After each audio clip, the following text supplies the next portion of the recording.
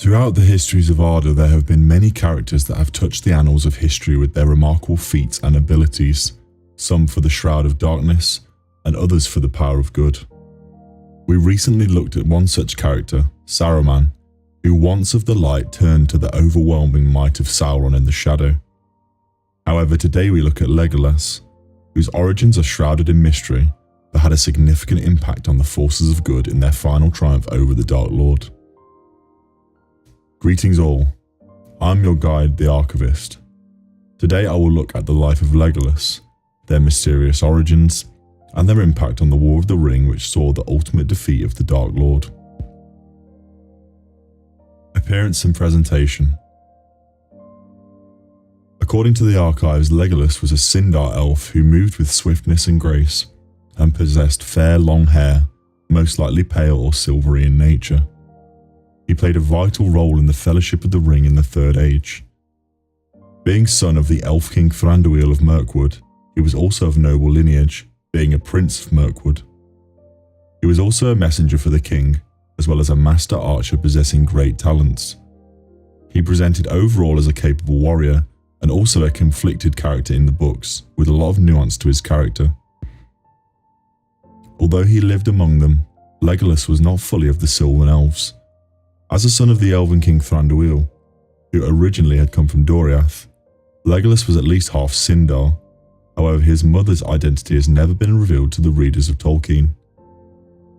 This is complicated by the fact that a small minority of the Sindarin elves ruled the predominantly sylvan woodland realm of the northern Mirkwood area, a minority of which Legolas belonged to. The Sylvan elves were considered to be simpler and more private than the Sindarin elves, who were considered a noble class. After Morgoth was defeated and all Grand Elf kingdoms of Beleriand were destroyed, the Sindar nobles can be seen as having reverted to a simpler society and never again rose to the great elf kingdoms of the First Age. Legolas also presented as having a deep-set value and appreciation for nature, as many elfkin from Tolkien's world had. After the Fellowship parted from Fangorn Forest, he longed to return once more to explore its wonders more thoroughly. Despite his sometimes conflicted character, he had a great sense of devotion towards his friends and allies and cared for them deeply, even forming a bond with Gimli, despite the differences between their two races. Powers and abilities. According to the archives, Legolas shared many of the boons of his race in terms of powers and abilities. His incredible grace and stealth allowed him to walk silently on grass and snow, leaving few tracks to be found, allowing him to travel great distances undetected by others. Great vision is also one of the most commonly known boons of the elves, being able to see vast distances and in the dark with incredible clarity. He had a true affinity with nature and animals, allowing him to befriend and tame wild horses in mere moments, gaining their trust easily. He could even sleep whilst walking, showing some true abilities of concentration. Legolas was a master archer and bowman, which was showcased numerous times throughout the books and in the film adaptation of the series.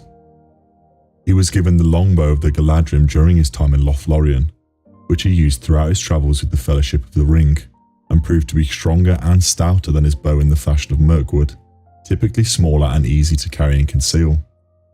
He also wielded a long, white knife like a dagger in close combat engagements.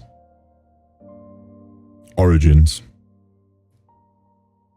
Legolas's origins and details of his early life are something of a complete mystery to the archives.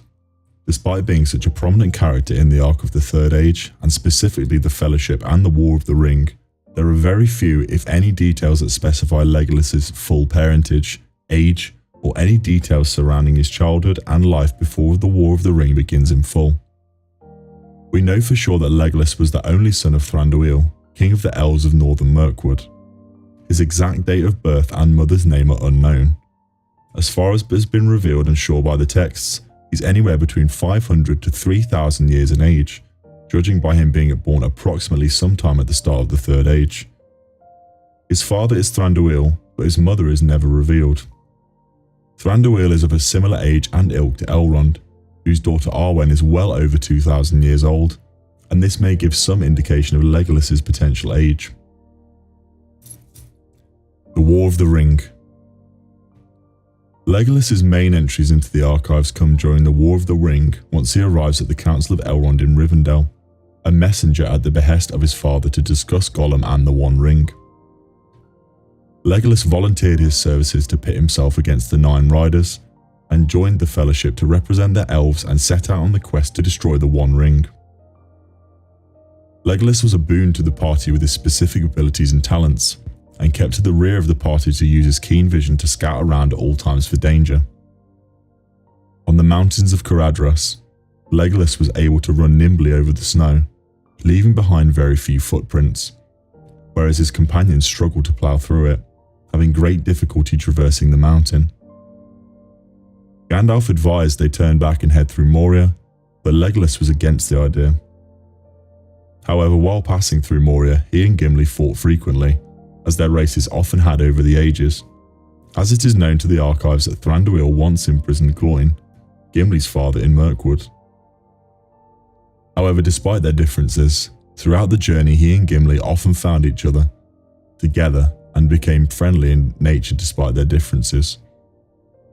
Legolas saw the pure heart of Gimli when he spoke to Galadriel with deference and respect, and became fond of him as they continued their journey. This is where Legolas received his Galadriel bow, and later used it whilst travelling over the Anduin to shoot a Nazgul flying overhead on his fell beast with one shot, which would have been nigh impossible for a regular person or even an elf. When the Fellowship was later broken up, Legolas and Aragorn sang for the loss of Boromir before leading the way on a tracking mission looking for Merry and Pippin, who had been taken and abducted in Rohan by Uruk-hai. This was also the week that he would receive his grey horse Arod, which he and Gimli would often ride together during their travels, received from Éomer and the raiders of the Rohirrim.